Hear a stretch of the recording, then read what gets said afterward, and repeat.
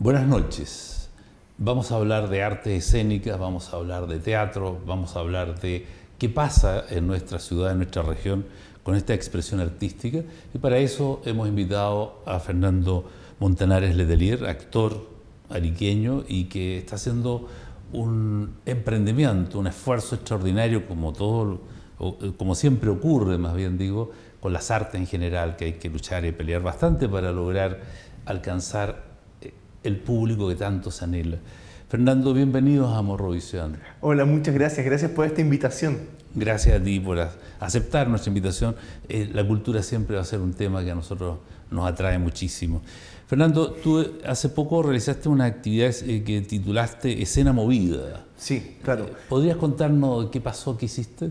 Claro, Escena Movida es un encuentro pionero en su clase, es un encuentro que se llama Escena Movida, encuentro de teatro ariqueño y públicos locales, porque es, como dice su nombre, sí, un lugar para encontrarse entre los creadores y el público local. Durante 6 días, del 11 al 16 de junio, en el Centro MB2 para la Experimentación de las Artes, se reunieron 9 compañías locales en torno a 6 días de presentaciones en la mañana y en la tarde, junto a la mediación de Soledad Lagos Rivera, quien vino a conversar con los creadores y la audiencia que vio las obras para poder bajar los contenidos, para poder esclarecer dudas y para poder hacer que esta creación artística sea aún más cercana a la ciudadanía y de ese modo el fenómeno del arte esté completo, tanto en el entendimiento como en la participación del espectador. ¿Y qué tal fue la experiencia con el público, derechamente? ¿Hubo una recepción interesante? Sí, más bien fue muy llamativo desde el fenómeno de los creadores que se podían haber sentido interpelados en su creación artística por las preguntas de la mediación, claro, con preguntas de la audiencia, y eso genera un proceso que a mí me llama mucho la atención porque pienso que es el proceso que ayuda a que las creaciones suban en calidad, por ejemplo, que haya más profundización en los temas de los cuales se trata, o que también nos cuestionemos más cosas al momento de hacer una obra de arte.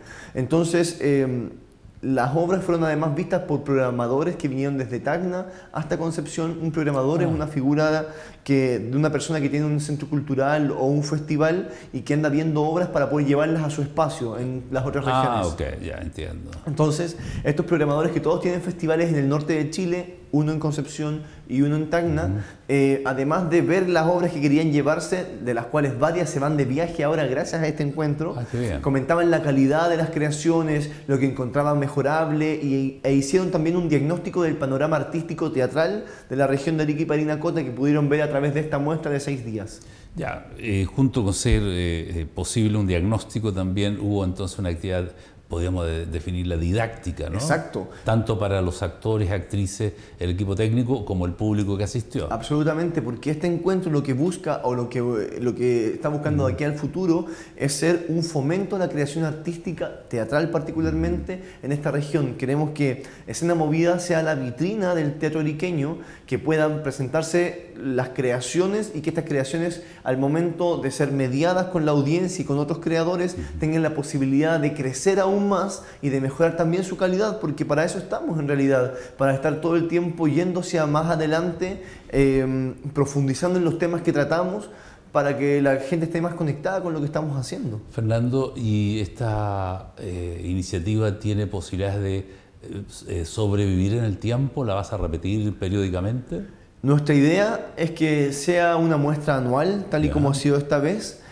Tiene 2 factores fundamentales que pueden incidir en su realización. Uno es que haya creación artística local. Claro. Si no hay creación teatral local, no puede haber encuentro, porque a diferencia de un festival como el Carnavalón Teatral, por ejemplo, que sucede en julio en Arica, este encuentro no programa obras de afuera, sino que solamente obras de Arica. Entonces estamos condicionados... Autores locales. Por eso que queremos ser un fomento. Entiendo. Porque si los creadores locales quieren viajar con sus obras, van a tener que crear obras para poder mostrarlas en nuestro encuentro y que los programadores las vean y de esa manera generar este círculo. Seguro. ¿Entiende? Entonces, desde allí es donde estamos tratando de empujar a los creadores a que tengan más obras, porque no las crean para el encuentro, las crean para mostrarlas durante el año y que además se luzcan en esta vitrina que es el encuentro de 6 días, pero que durante el año la actividad teatral no cese, porque si no, en realidad no tiene mucho sentido lo que estamos haciendo. Ese es el primer punto que nos puede ayudar para mantenerlo en el tiempo, y el segundo es el financiamiento. Claro. Si No hay financiamiento que nos colabore a hacer esta muestra.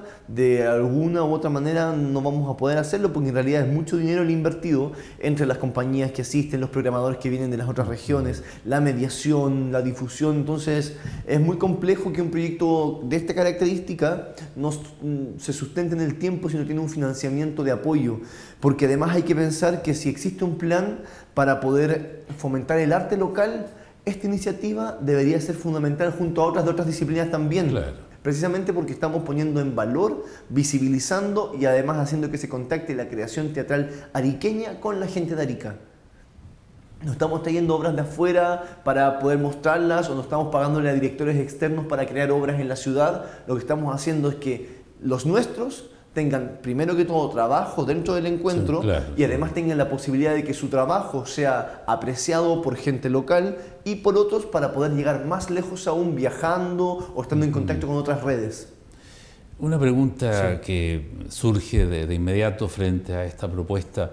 ¿Tenemos suficientes autores de obras teatrales en Arica como para que esto camine periódicamente? Bueno, sabes tú que en este encuentro se presentaron 9 compañías de teatro de Arica, que no son todas.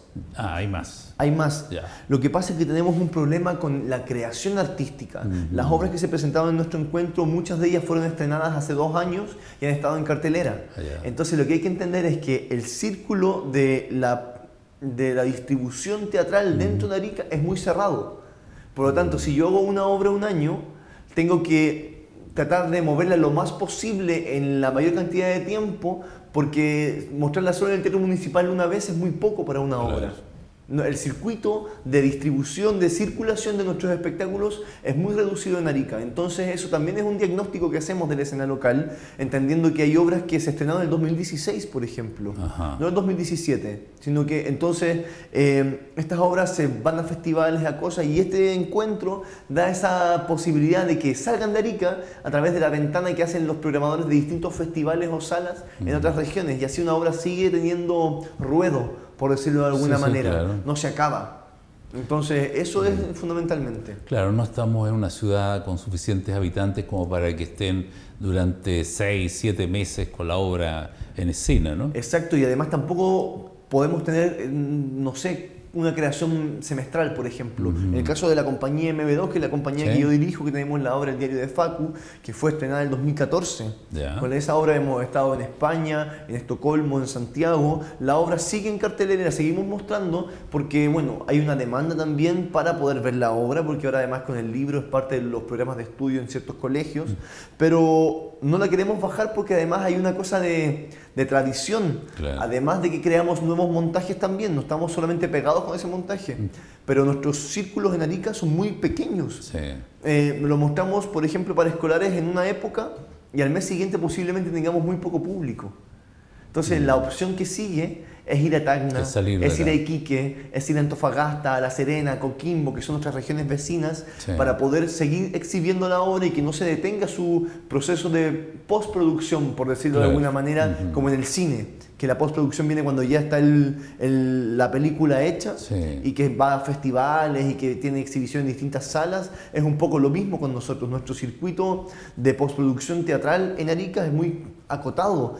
A diferencia de Santiago, por ejemplo, que tenemos grandes salas y muchas más salas, el GAM, Matucana 100, el Teatro Nacional, Espacio Diana, hay tantos otros espacios juntos que podrían, porque tampoco es necesariamente que así suceda, podrían ser los espacios de exhibición de nuestra obra, ¿entiendes? Y también otros festivales como Santiago Mil, Santiago Off, Quilicura, no sé, todos los otros festivales que hay también. Fernando, me suena a mí entonces coherente generar una asociación, un gremio de instituciones como la que tú tienes en cada región del país, primero, una cadena pues, de oportunidades para salir de Arica y hacer lo que tú dices, que la obra circule en más salas frente a más espectadores. Y luego también tenemos vecinos, ¿no? No solo Tacna, está Arequipa, Hilo. Bolivia se puede subir también. O sea, tienes una capacidad de internacionalizar de inmediato con los 2 países vecinos. Y tal vez el norte de Argentina, ¿por qué no? Uruguay, ¿verdad? Hay otras actividades que en Arica se realizan y vienen gente de esos países. ¿Es posible eso? Es absolutamente posible y de hecho este encuentro se realiza al alero de Escénica Norte, que es una plataforma que reúne a teatristas de Arica, Iquique, Antofagasta, La Serena, Coquimbo. Ya. Estamos buscando Todo gente de el norte. Atacama Ya. para que se nos sume, Ya. porque queremos tener conectado el norte de manera teatral. Ya estamos conectados con ciertas iniciativas Sí. y ahora queremos que no solo para circulación de obras, porque en el fondo la Escénica Norte no busca solo que nuestras obras viajen, sino que para incidir también políticamente en las políticas que se hacen para las artes escénicas, Ya. que generalmente están vistas solo desde el centro del país. Entonces, con un movimiento organizado en nuestra macrozona norte, podemos entender que también tenemos derecho, por ejemplo, de querer ciertos beneficios Sí. que están en la zona centro y que los buscamos también para nosotros. Arica tiene una historia ya hace varias décadas transcurridas, cuando era Universidad Chile y no la Universidad de Tarapacá, y Pedro de la Barra viene e instala una escuela de teatro.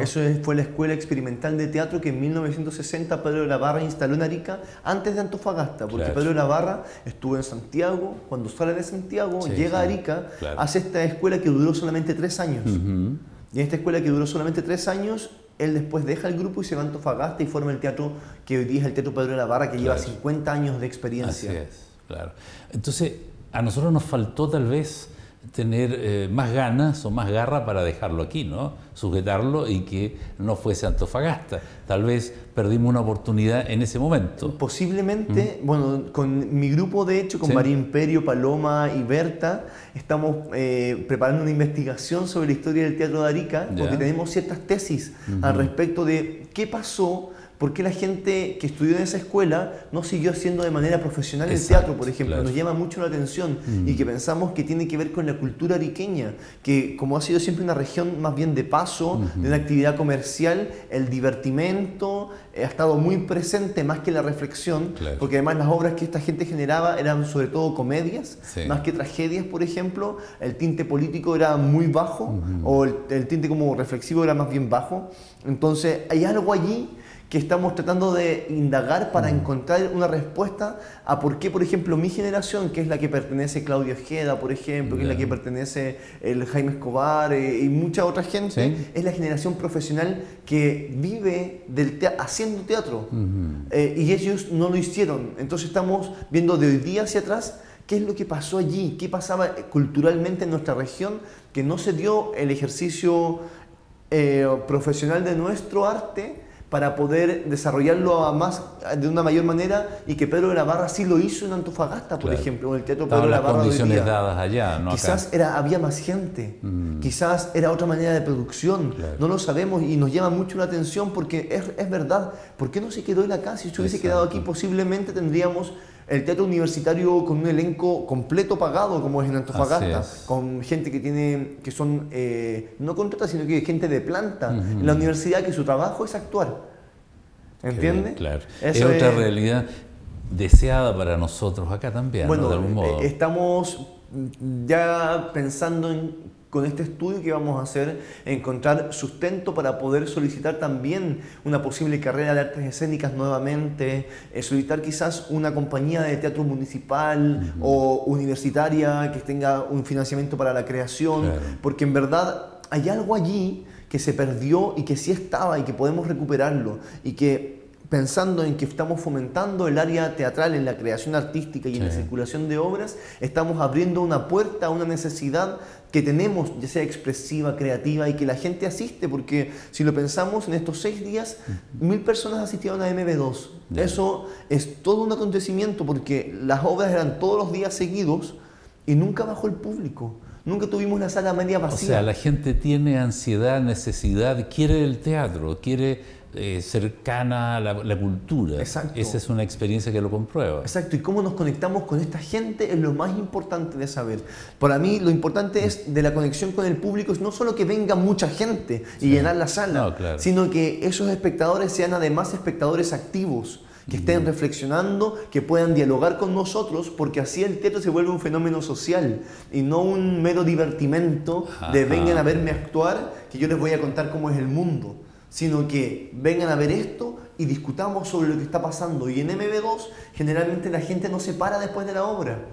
Eso es muy bonito. Quiere seguir conversando. Se quieren quedar a conversar, claro, y hablar con nosotros. Cuando son los conversatorios, puedo decirte que quizás el 10 o el 20% de la gente se va, pero el 80% se queda en la sala. Es un buen síntoma. Y eso es un buen síntoma, porque creo que hay una necesidad de hablar, claro, y de sociabilizar lo que a uno le está pasando. Y mucha gente dice que yo no entiendo lo que está ahí, estará bien, estará mal, y ese cuestionamiento que tiene esta persona, porque nadie le ha enseñado a apreciar el arte, claro, lo puede satisfacer en este proceso de mediación, en esta conversación post-obra, que puede ser muy simple, pero que puede dar luz y cambiarle la vida a alguien sobre su forma de entender el mundo. Fernando, pero todo este propósito que tienes tú y la gente que está alrededor tuyo y los grupos de teatro ariqueños tienen un solo y grave problema que los une: el recurso financiero. Sí. ¿Qué pasa en esta ciudad, en esta región, con el apoyo a la cultura y particularmente al teatro?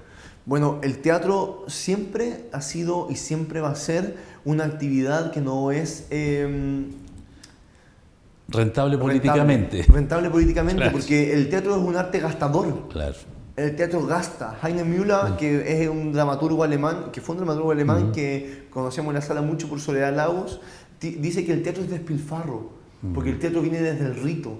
Y en los ritos hay despilfarro. Uno degolla un animal para verter sangre de la tierra, sí, uno bebe mucho porque hay un despilfarro que en la economía de libre mercado no funciona. Claro. En el neoliberalismo no es parte funciona. De ella. No, pues porque uno busca ahorrar. Y el teatro no busca ahorrar, no significa que uno está tirando comida por toneladas a la basura o cosas así, no. Pero el teatro es muy caro.